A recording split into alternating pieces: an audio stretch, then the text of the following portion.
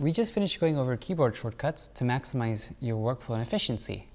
Now let's jump into using Camera Raw, where all the magic starts happening. The first thing that you need to do is locate the file that you want to work with, because this is where we start working with Camera Raw. Again, keep in mind, it has to be in RAW format. So if you shoot with a camera that has RAW format, which it should, then it has to be specifically that. Otherwise, JPEGs necessarily won't be applicable to what we're doing. I'll go to File, Open, or locate it from wherever it is on your desktop or your computer. For me, I put it on my desktop.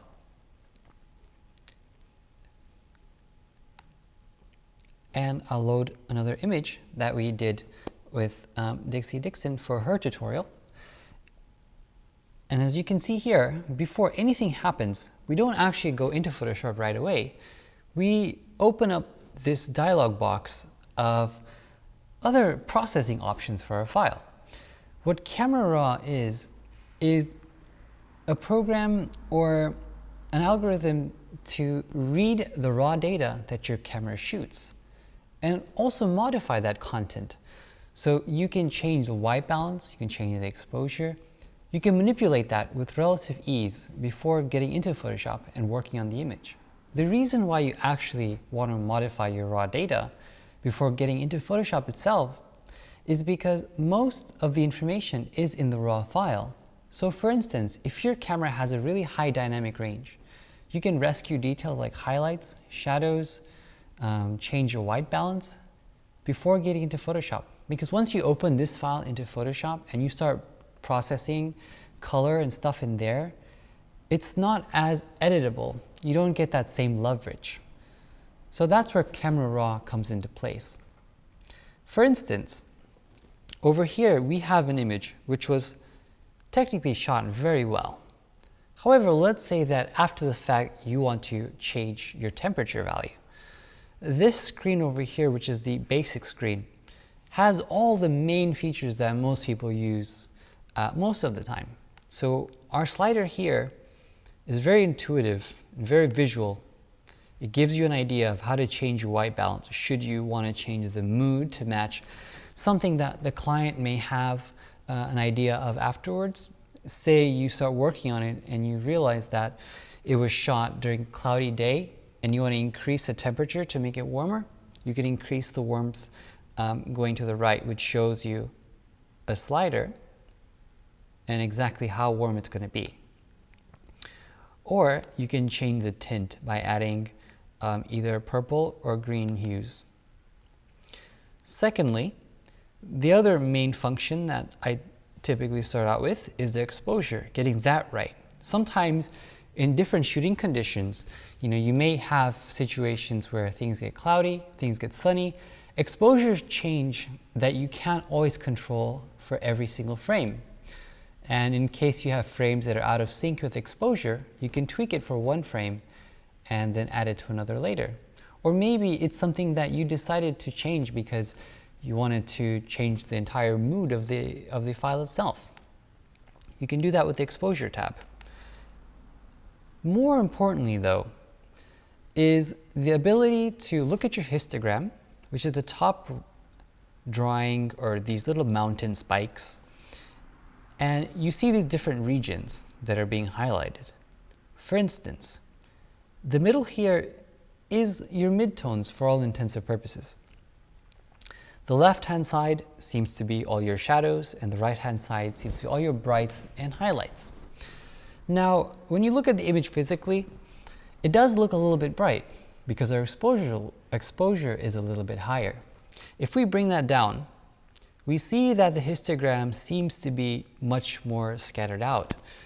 We have our midtones, shadows, and highlights scattered where we don't have any warnings happening on the left and right.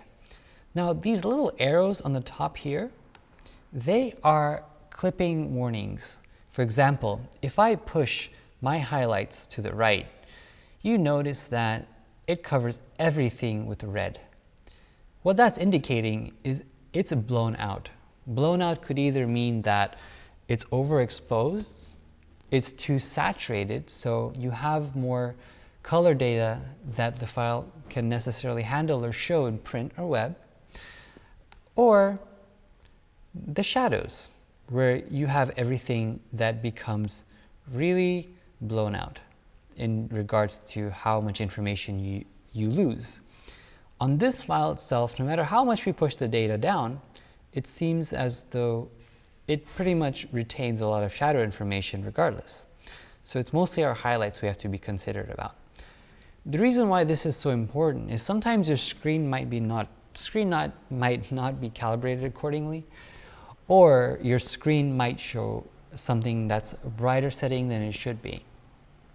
And we want a visual representation of how our information is looking across the histogram. But that shouldn't be the indication of how you process your files. Sometimes you do want something that's a bit brighter and overexposed in certain areas. Sometimes you want something that's moodier by desaturating or by changing the exposure. So keep that in mind. It's just a general guideline, something to help you understand what's happening with that little histogram. The next thing that I would like to show you is that if you double click on each of these sliders, it resets everything. So in case you go too far, you can reset it that way. If you also make too many changes, let's say I throw these sliders around and you want to reset everything, you can go under this little tab here and reset camera raw defaults. And I'll move the slider back from my exposure. The next thing that I want to show you is this black and white slider. If you look at the histogram, what happens with the black and white slider is it helps me push my shadow region so that everything is exposed properly and I get the highest range possible. I really like this feature a lot because it pushes the brights and the highlights and gives me a full range of information, as you can see visually, of what's happening when I move these sliders around. It takes that washed out look away and adds a lot of depth. Once I do the white and black sliders, that's when I like to use the highlights and shadow sliders. The highlights and shadow sliders work in just the highlights and shadows, so it keeps the midtones intact. It doesn't move the entire histogram over, it just works on those specific regions. So work on your white and black first and then go into shadows and highlights. That's the workflow that I feel is most representative of how most people work when maximizing the information that's in the raw data. Now, clarity is something that's very interesting because clarity and contrast go together.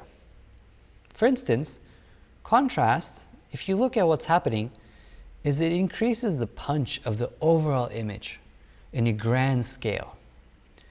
However, let me reset contrast and go to clarity. What clarity does is it seems to increase the punch, but it doesn't fluctuate the entire image as much. So what's happening is that it's increasing the contrast mostly in the midtones. It's separating anything that needs separation while keeping things that are in the deepest shadows, the deepest highlights intact. So I guess you could call it like localized contrast compared to global contrast. That's how I personally see it. Now there's tons of definitions for it, there's tons of explanations, but as long as you get a general idea of what's happening visually, I think you get an understanding of how to manipulate an image. Something is very similar with how vibrance and saturation are connected. With vibrance and saturation, what's happening is that when I push the saturation slider to the right, anything that is desaturated or not as saturated goes up at the same amount or intensity as anything that's already oversaturated. So what the end result is that the entire image doesn't look very, I guess you would say, equal across the saturation range. But with vibrance, it does it a little bit more tastefully. So you can see here that even though I'm pushing the vibrance up, it's impacting the areas that weren't as saturated first. and then keeping everything approximately at the same level. But with saturation, it's increasing everything in a very strange way, where the skin gets oversaturated, the rocks also start not coming up as much. With vibrance, it seems more natural, and that's the end goal, is natural. I personally like to keep things like saturation, vibrance, clarity for later, in case I want to undo them.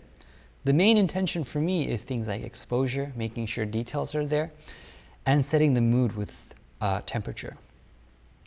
Now again, Camera Raw has a ton of different features. We're going to cover a few of them, because not every single thing is necessary. However, let's cover the things that are most applicable to us. I always like to come to the camera calibration or the lens correction section, because it fixes any distortion that happens from the lens that you've used during the day. For example, on our image here, when we enable lens correction or lens profile correction, it fixes any distortion that happened with the lens, which is a 180.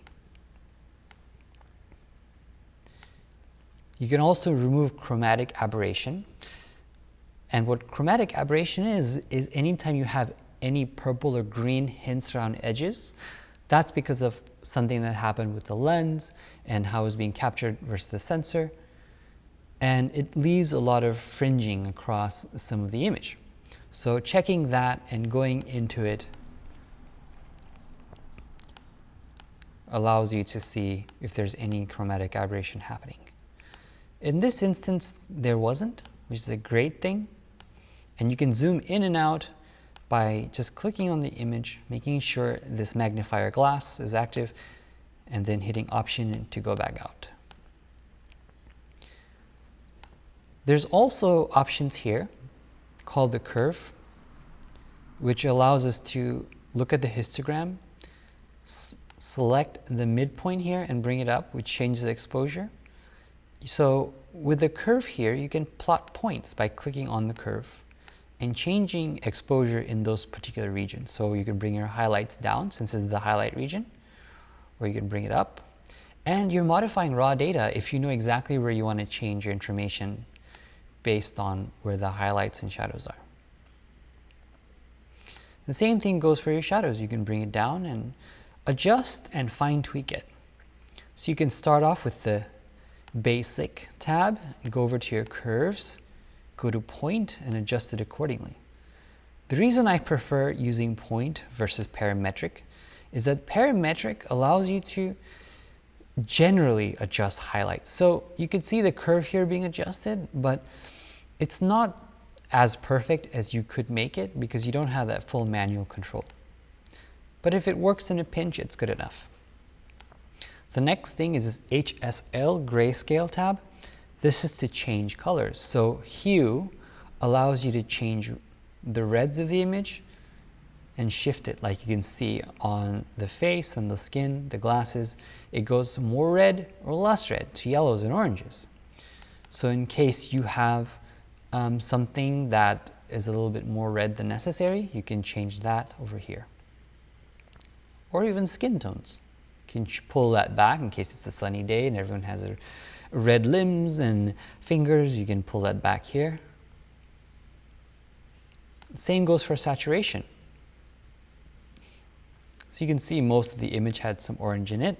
So decreasing this orange takes out orange completely. Luminance is the exposure of that color. So for instance, the shirt is blue and we can pull it down to make it a lighter shade of blue or a really rich, darker shade of blue. So it creates a mask for you for that specific color and makes it richer.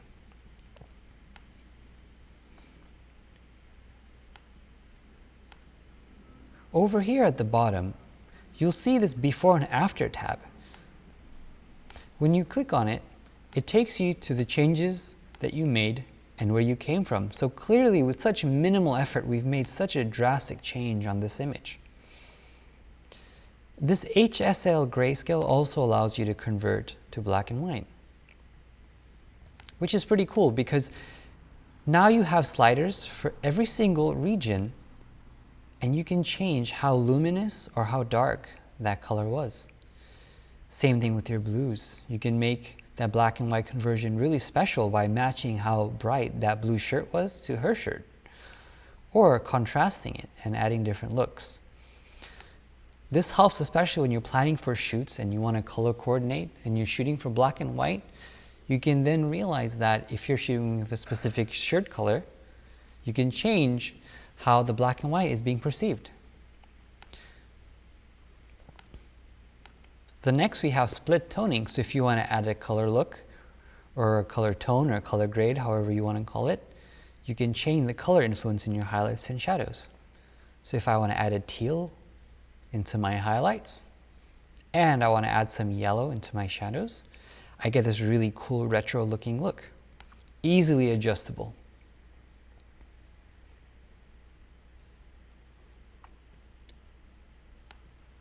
And the same thing goes for effects. If there's a haze in the image, you can add haze by going to the left or going to the right. And this all depends on the version of Creative Cloud that you have. This dehaze filter is a newer filter. It might not be available in the version that you're using. Again, you can double click these sliders to go back and reset. And the saturation, I'll put it that way. The other really cool thing that you can do is save these settings. So at the bottom left-hand corner, it says Save Image. When you hit Save Image, it pops up with a Save option. So this Save option allows you to export something like a quick JPEG in case you want to be done with it, or you can export a PSD in case you want to send it immediately to somebody. So you'd ultimately just hit the extension, JPEG. It asks you where to save it. It asks you what color space. So for instance, if you know that it's going to go straight to web without any other purpose, you can hit sRGB. That is the lowest color space available. However, if you know that you're going to be editing this image, it's preferable to save it in a higher color space, like Adobe RGB or ProPhoto RGB. Now they both have their pros and cons. Like Adobe RGB, even though it's not as extensive as ProPhoto RGB, it's quite efficient enough for our standards today in terms of what we can see with our monitors, what the web can see, and what's available for print. Most devices cannot see ProPhoto gamut, even though it is an option to us in our profile. Like monitors, it doesn't have that range with ProPhoto. However, the difference isn't as vast compared to sRGB versus Adobe RGB. So for my purpose and what I do, I stick to Adobe RGB for most of my instances. Later down the line, when we talk about converting profiles, it's easier to convert from Adobe RGB to sRGB than ProPhoto RGB to sRGB. Because when we work in ProPhoto, sometimes we're working with colors we can't even see. So when we convert that down to sRGB, we're going to get a weird shift in color sometimes that can't be explained or rectified really easily. So for that purpose, again, work in Adobe RGB in case you have a client that says otherwise. So again, you can change your color space here. You can change your bit depth, which only allows you to do an 8-bit at the moment. And you can pick your size. So you can pick your default size, or you can change it. So the largest for width by height, or you can change it in inches and so forth. And then when you hit save, it just saves a copy of that outside. Say that you want to save these settings and apply to other raw files. Well, that also becomes easy as well. You can hit Save Settings, and then when it asks you everything you want to save, you can select everything or just the settings that you want to be saved to apply to something else. So say that you want just your white balance from this image applied to another image, you would deselect everything except for white balance. If you want everything saved, you can select everything that you've done and hit Save. And then it asks you where to save it. So then it's asking me to save it in a settings folder. I can change that by going to Desktop, and save. So what that did was basically saved like a bookmark on my desktop, which you can load into any raw file. To load it, it's very simple. Let's say that we go in and use camera raw defaults. So we're back to basic and we want to apply that file that we just saved. We'll go to the drop-down menu, hit load settings, and then we will simply go back to that file that we generated and hit load. And there we go. Those settings are now applied. So you can create custom looks that you can use for other raw files immediately without having to reapply every single thing that you've just done. Next, we're going to talk about the size and the color space of the image. At the bottom here, you'll see that there's a text line that says Adobe RGB or sRGB. You can change your color space, and that's the benefit of shooting in RAW, is that in case you set it to sRGB when you're shooting by accident, you can then go back and put it to Adobe RGB. You can change the ProPhoto RGB or any color space that you want. Preferably, we keep it to Adobe RGB. Now, bit depth. This is where things get also more intensive. Just like the difference between sRGB and Adobe RGB. For most purposes, 8-bit seems to be quite appropriate, especially if you're not going to do vast color changes, or if you don't have a bunch of contrast in your image, 8-bit seems to be more applicable for most of us. However, if this is something really special and you have a lot of contrast, or you're going to be adding a lot of contrast, you want to start at 16-bit, because 8-bit has something like only 256 tonal steps of luminance, of brightness, across the range of shadows and highlights, or something really small, comparative to 16-bit, which has way more. So you see a lot of gradations happening if you use 8 and you add a lot of contrast. Or if you have a lighting setup that is really contrasty and you see a lot of separation, or you use a lot of hard light and there's contrast in the skin, you might want to start at 16 then as well. So it's up to you. I personally use it depending on the image itself, if you have hard drive space. Also, 16-bit files can be really heavy because it doubles the size of the information. So keep that in mind when you decide on 8 and 16. Start with 8. If you find that it's something that doesn't have enough information, then you can go to 16 for the next purpose or for the next time around. So this is where you would change that in the raw file. Next, you can change if you want to resize it, but I keep it to default. I don't upres or downsize from here, and I'll hit OK. Now there's also these buttons on the top. Some of these are just navigational features like Photoshop had, what we talked about in our first session when we went over organizing. We had the zoom, the Z key, and Alt and Z, very similar features. Then we had this hand tool, which we can drag and move around in case we zoom in too much. The spacebar also works. Then we have a white balance tool, so in case you don't know what temperature you want to use and you have a gray card, you can click on this and quickly just click on the white balance. Now you have a color sampler tool as well. So if you click on it and then click on the image, it shows you exactly what color that spot is. For instance, let's move this spot over the skin. This RGB shows me red, green, and blue. Red is 218, which means that it has more red pigmentation or red color in the image since it's digital, there's no pigments. And G shows 162, which is green, and blue, which is 120. Now, the reason why it knows this is even though we see a really drastic, beautiful color image, digital files are made up of red, green, and blue if you're working in RGB. That's what it stands for. When you combine different levels of red, green, and blue in different opacities, you get a collective image of different colors. So to us, it might look like it's orange, but it's actually a different combination of red, green, and blue that makes that orange pigment happen. It's not necessarily that there's a yellow or an orange color. It's a combination of different variables of red, green, and blue that make it look like it's orange or yellow. So that's how it knows. So when we hover over the skin, it knows that there's 218 of red, 162 of green, and even less of blue. This helps because in case we decide that we want to change, and we can go to point in our tone curve, we can go to red, and we can drop the reds down. And when you look at the image itself, you notice that now the reds have gone down, and it's getting close to green and blue, which is why the whole image is looking even more green and more blue, because that color is dominating more of the frame. However, on the skin itself, it's starting to get more neutral. That is why I typically don't use the color sampler tool for many purposes, at least at this point. And I'm going to go back and reset this. And the way to do that is when you hold the point on the curve, you can hit the delete key, it goes back. So I'll clear the sample and go to the next tool, which is a target adjustment brush.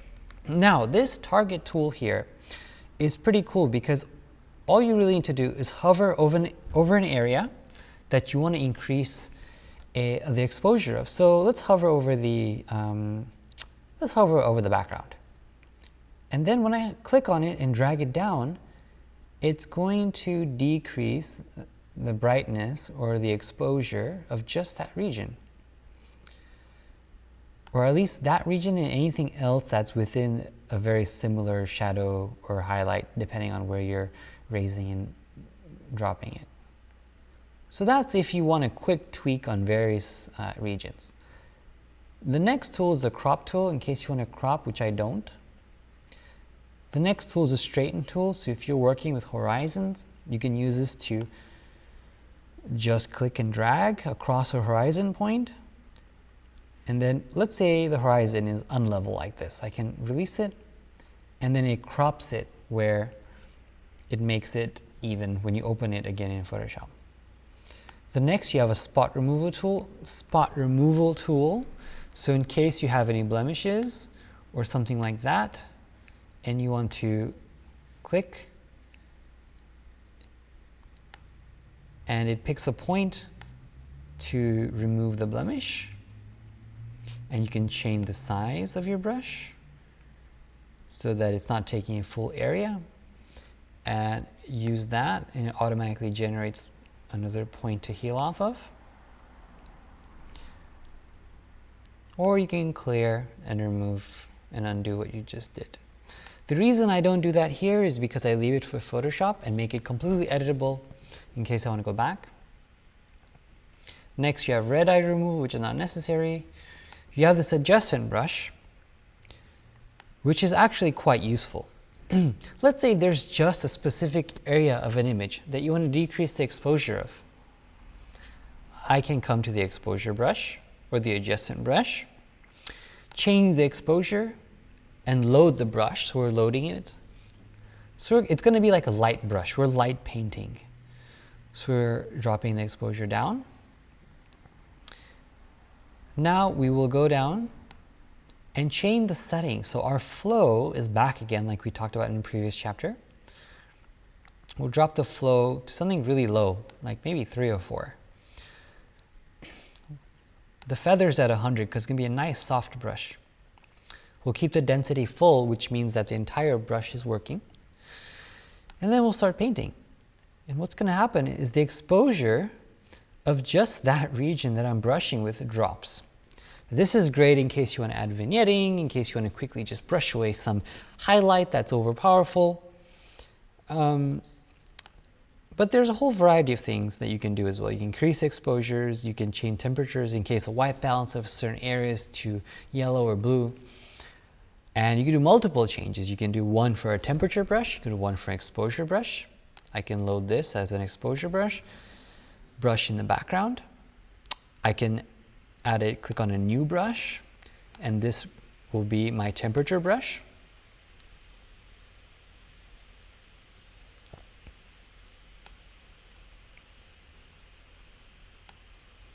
And after you're done brushing, you can also change the temperature afterwards of the air that you just brushed in. You can also erase in case you went too far. Just click on the eraser. Make sure your flow settings again are also matching to what you want to do.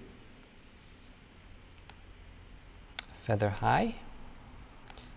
And then simply erase the area that you want to work with.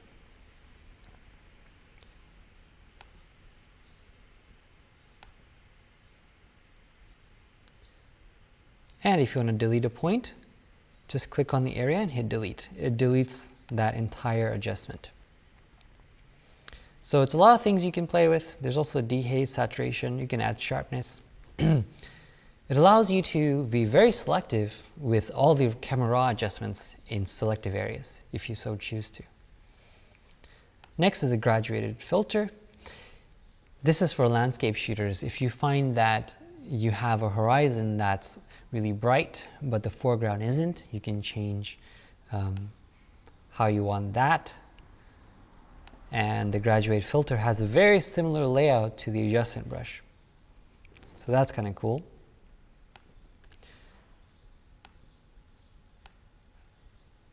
And you have the same thing with the radio filter. And you have preferences. So you have different areas of caching. So in case camera raw is saving a lot of data in the background, you can change the location you want to save it in, and things of that nature. But none of that's extremely important just yet. And then you can rotate images. Once you're done with these settings and you hit open, it's automatically going to save these settings in an XMP file located right next to your raw file, wherever you've placed it. So it's never too late to open the raw file again, undo your settings or tweak them and open it again in Photoshop. However, the next step would be just hitting open image and then loading it into Photoshop. And then from there, you can take it in and start tweaking as you choose in Photoshop itself.